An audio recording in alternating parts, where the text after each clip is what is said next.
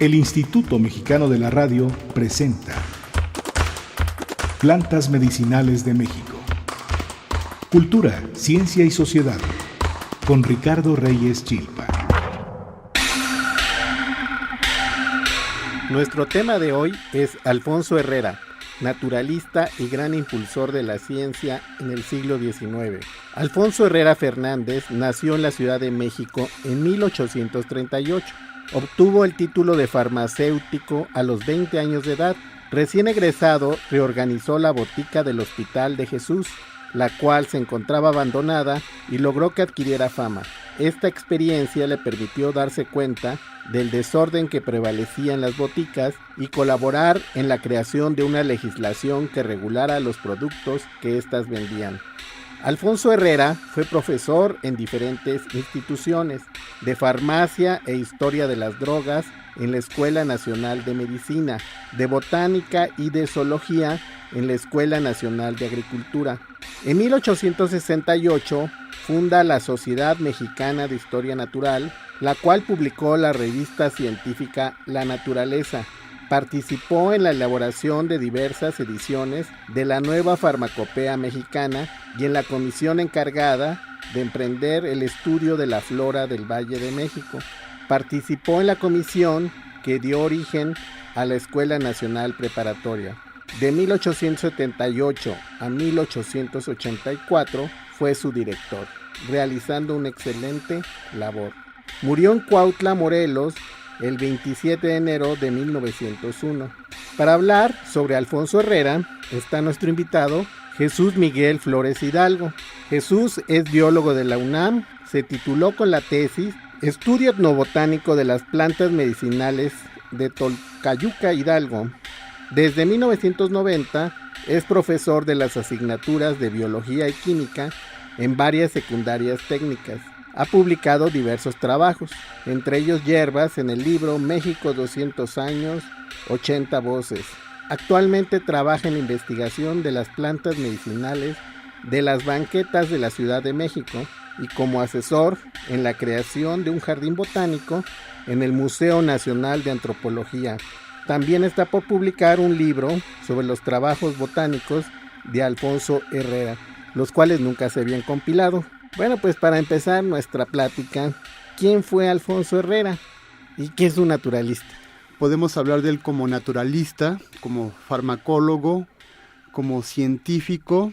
Tenía muchas facetas. Estudió el primer año de medicina, pero su situación económica le hizo darse cuenta que no iba a poder estudiar medicina y cambió a tiempo a la carrera de farmacia, en la cual se tituló en 1858. De ahí ingresó como boticario a la botica Hospital de Jesús y llegó y encontró un desorden total, los anaqueles desordenados, las plantas revueltas. Comenzó una labor metódica y logró acreditar esa botica. Y esa experiencia le sirvió para posteriormente publicar las farmacopeas y pues para hacer una crítica al sistema de las boticas en ese entonces. Pero también hablamos que fue naturalista. ¿Y qué es un naturalista? En ese tiempo no existían los biólogos, pues los naturalistas eran los que se daban a estudiar la zoología, la botánica, la mineralogía, la geología. Entonces él tenía esa faceta de investigador y en 1868... junto con un grupo de hombres de ciencia, como por ejemplo Leopoldo Río de la Loza, Antonio Peñafiel, Francisco Díaz Covarrubias, fundan la Sociedad Mexicana de Historia Natural. Pues fue un cambio radical en esa época, porque esa sociedad marcó como un hito. Al año siguiente comenzó a sacar una publicación, La Naturaleza, que fue reconocida mundialmente. Y precisamente, ¿cómo era México en aquellos tiempos? La naturaleza del Valle de México que él estudió y la situación social, política. Pues Alfonso Herrera le tocó una época muy difícil. Tenía 10 años cuando fue la guerra contra Estados Unidos. Tenía 24 cuando la intervención francesa. Y también le tocó por ahí la guerra de Reforma. Entonces era una época muy inestable, una época en que no se consolidaba ninguna institución porque había constantes luchas entre liberales y conservadores. ¿Y él era liberal? Pues se puede decir que sí, aunque él comenzó a trabajar en la época de Maximiliano, de adjunto en la cátedra de farmacia, sin cobrar sueldo. Cuando llegó Juárez, inmediatamente empezó a trabajar en los proyectos de Juárez. Y bueno, como farmacéutico, ¿qué labor realizó? ¿A qué se dedicó? Y también si nos platicas cómo eran las boticas de aquel tiempo. Pues él comenta que las boticas había un desorden total y que los boticarios se hacían muchas preparaciones. La gente iba con su receta y pedía las preparaciones, pedía las plantas, y él se dio cuenta que no eran las correctas. No eran las adecuadas, no estaban clasificadas, no estaban ordenadas. Entonces decía él, ¿cómo es posible esto, no? La salud está en riesgo. Entonces parte de su labor, porque él también fue miembro del Consejo de Salubridad, veía que los medicamentos estuvieran en reglas y también las drogas. Y las farmacopeas se crearon precisamente para eso, para no depender de farmacopeas extranjeras, para que la terapéutica fuera en base de los productos nacionales. Platícanos qué es una farmacopea.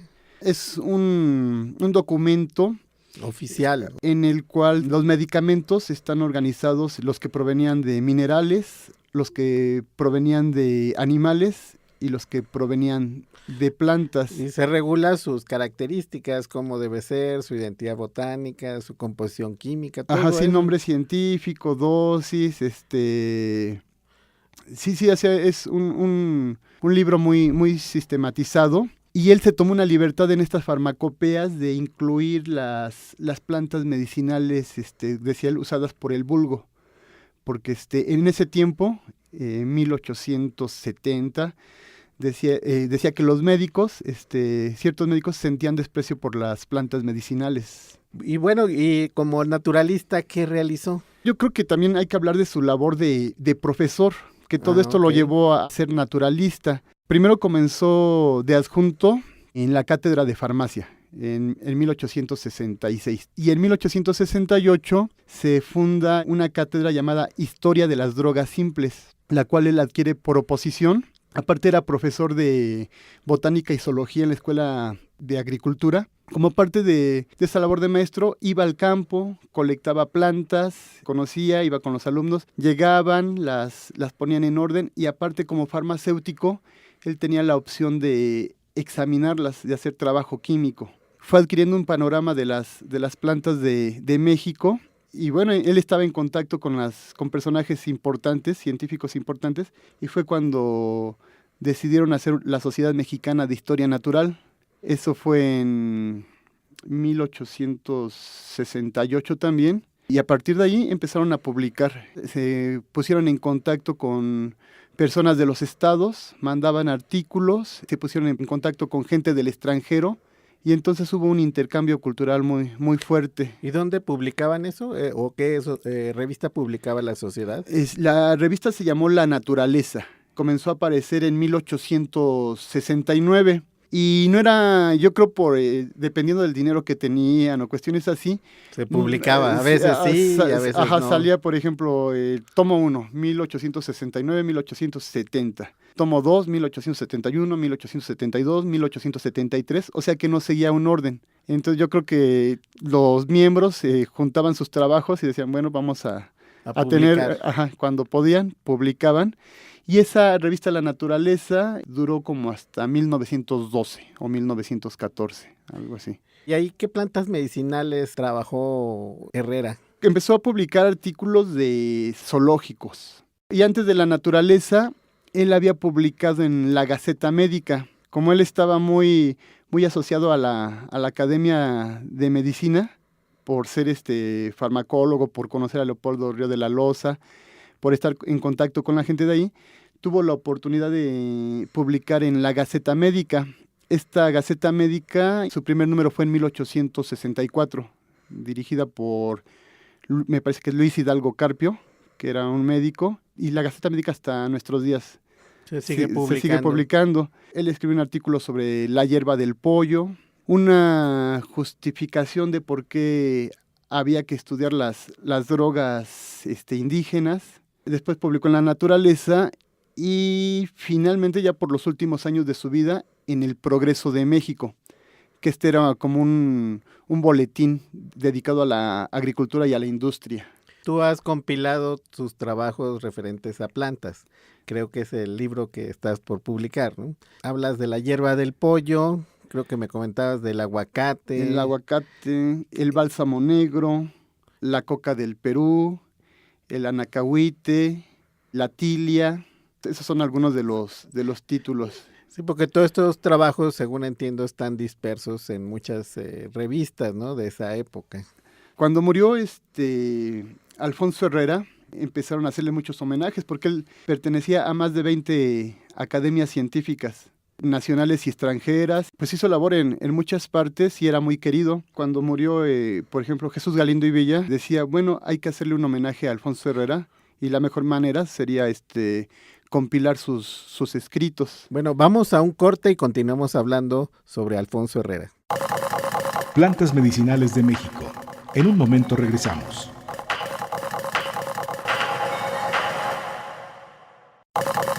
Ya estamos de regreso en Plantas Medicinales de México con Ricardo Reyes Chilpa.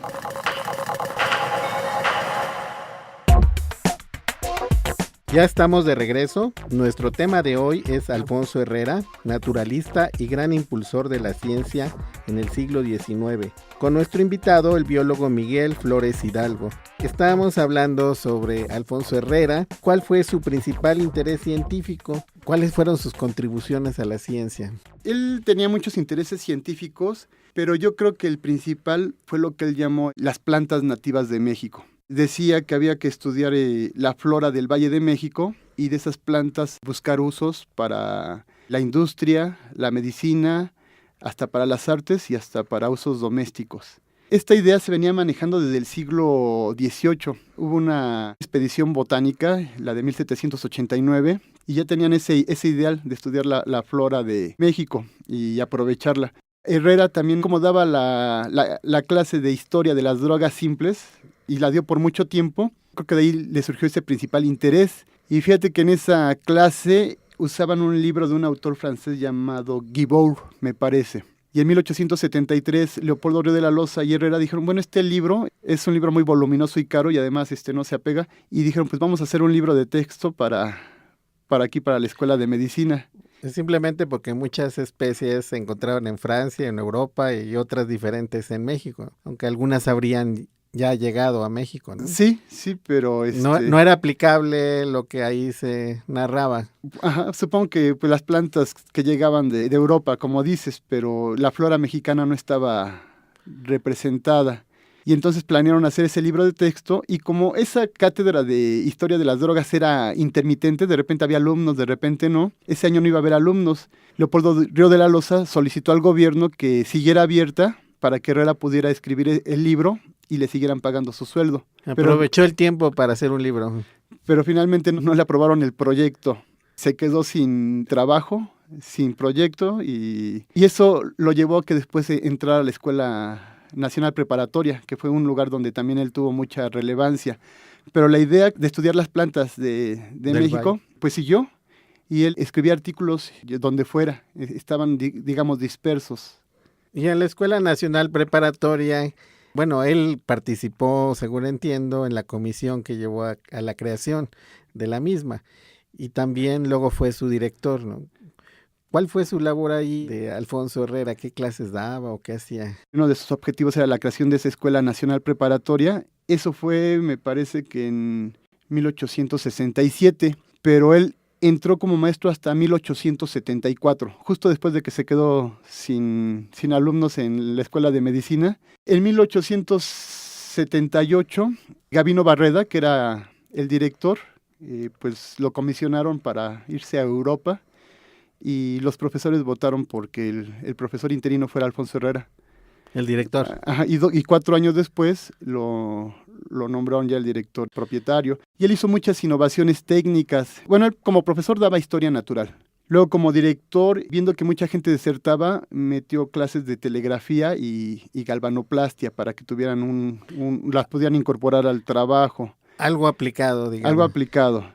La biblioteca que estaba desmantelada la llenó de títulos e incorporó un traductor para la gente que lo requiriera. Parece que también hay una anécdota que hubo ahí un zoológico, un jardín botánico, que incluso había fieras. Hay un jardín botánico, un observatorio y gabinetes de historia natural, y del zoológico lo refieren un poco como anécdota, pero dicen que sí, que llevó tigres y dromedarios. Que dicen que incluso se escaparon y que persiguieron a los alumnos, pero sin consecuencias. Sí, está escrito, pero algunos dicen que no saben si realmente es seguro eso. Bueno, pero también es interesante porque su hijo, del cual hablaremos un poquito después, él va a ser el creador del primer zoológico, ¿no? Sí. Alfonso L. Herrera, hijo de Alfonso Herrera, Sí.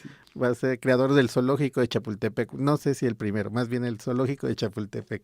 Sí, tuvo una repercusión muy fuerte en la biología. Y bueno, ¿y tú por qué consideras que es trascendente la labor de Herrera como naturalista, como profesor, como creador de sociedades, de instituciones? Pues considero que es muy trascendente por la época que le tocó vivir, donde nada duraba, donde no se podía instituir nada, junto con esos hombres, pues como que hicieron a un lado el debate ideológico y crearon pues la Sociedad Mexicana de Historia Natural, la Escuela Nacional Preparatoria, que formó a mucha gente bajo la línea del positivismo, aunque Herrera no era tan positivista, pero bueno, en ese momento era lo que se necesitaba. La creación de la revista La Naturaleza. También participó en la Comisión Científica de México, la cual empezó a hacer trabajos de estudio de la flora del Valle de México, pero fue justamente cuando salió de la preparatoria y también esa comisión científica se quedó sin dinero. Pero eso derivó en la creación del Instituto Médico Nacional, que se creó en 1888 y que tuvo mucha importancia en el país. Se dice que todas las tesis que salían en ese tiempo de farmacia, que tuvo mucha influencia y eran estudios de plantas mexicanas. ¿Cómo era la personalidad de Herrera? ¿Por qué su labor no es tan conocida? Todos hablan de que era una persona tranquila, conciliadora, excelente amigo, y yo creo que está un poco perdido por la cuestión de cómo salió de la preparatoria.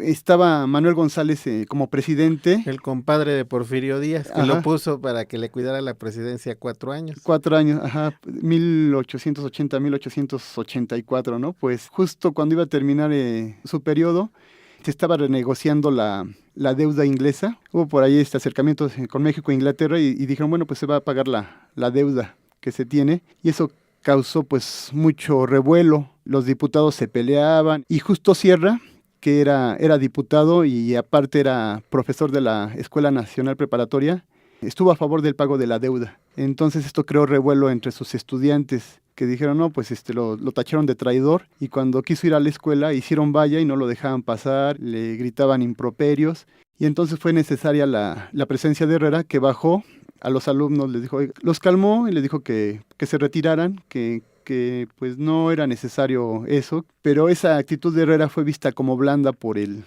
gobierno, y justamente como iba a regresar Porfirio Díaz, renunció en enero de 1885. Yo creo que ya no tenía cabida la línea que llevaba la preparatoria con la línea del gobierno. Y entonces sale Alfonso Herrera de la escuela preparatoria. Ajá, y fue sustituido por Vidal Gutiérrez Sinájera. Bueno, se me fue ahorita. Sí, que tenía formación militar. Mano dura. ¿Cuál fue la influencia? Y si nos platicas brevemente, ¿quién fue su hijo? Bueno, su hijo, Alfonso L. Herrera, es famoso, creo que se considera el primer biólogo de México y tiene un trabajo muy interesante sobre la plasmogenia. Explica el origen de la vida por medio de la evolución de la materia inorgánica, o sea, muy similar a lo de Oparin. Sí, que se va a publicar después, Oparin, la teoría del origen de la vida a partir de elementos pues que existen en la naturaleza, no una creación divina. Alfonso L. Herrera tenía toda la influencia del padre, pues ya el simple hecho de pasar su infancia en la preparatoria, el ver los gabinetes, ver el posible zoológico, pues eso lo llevó a la creación del zoológico más importante de aquí de México. Las excursiones botánicas que hacía su padre, en fin, toda una serie de actividades que influyeron en Alfonso L. Herrera, hijo, Alfonso Luis Herrera, ¿no? Alfonso Luis Herrera, sí. Y Alfonso Herrera padre. ¿Y los últimos años de la vida de Alfonso Herrera cómo fueron? Él salió en 1884 de la preparatoria. Yo creo que les quedó un cargo de conciencia ahí a lo del gobierno, porque Porfirio Díaz en 1887 lo nombró profesor de Historia Natural y Lecciones de las Cosas en la Escuela Normal de Maestros de Instrucción Primaria. Entonces, pues él se dedicó a dar clases ahí. A los maestros normalistas. A los maestros normalistas. Él también tenía una faceta de filántropo. Fundó un asilo Regeneración para mujeres descarriadas o viudas sin sostén. Algo así mencionan los artículos de la época. Entonces él se dedica a sus clases en la escuela de maestros y creo que se enferman. Pues sí le afectó bastante la salud, pero no afectó sus facultades intelectuales porque siguió escribiendo. De hecho, sus últimos artículos están en el Progreso de México hasta 1899. El aguacate es el último. Bueno, desafortunadamente vamos a tener que concluir, pero pues no sé si quieras comentar lo último sobre Alfonso Herrera. Es un gran divulgador científico. O sea, Herrera, con un lenguaje sencillo, ameno, pone las investigaciones sobre plantas al alcance de todo el público. Bueno, pues muchas gracias, Miguel. Les esperamos en nuestro próximo programa. Te agradecemos mucho tu presencia hoy. Gracias por la invitación. El Instituto Mexicano de la Radio presentó Plantas Medicinales de México. Cultura, ciencia y sociedad.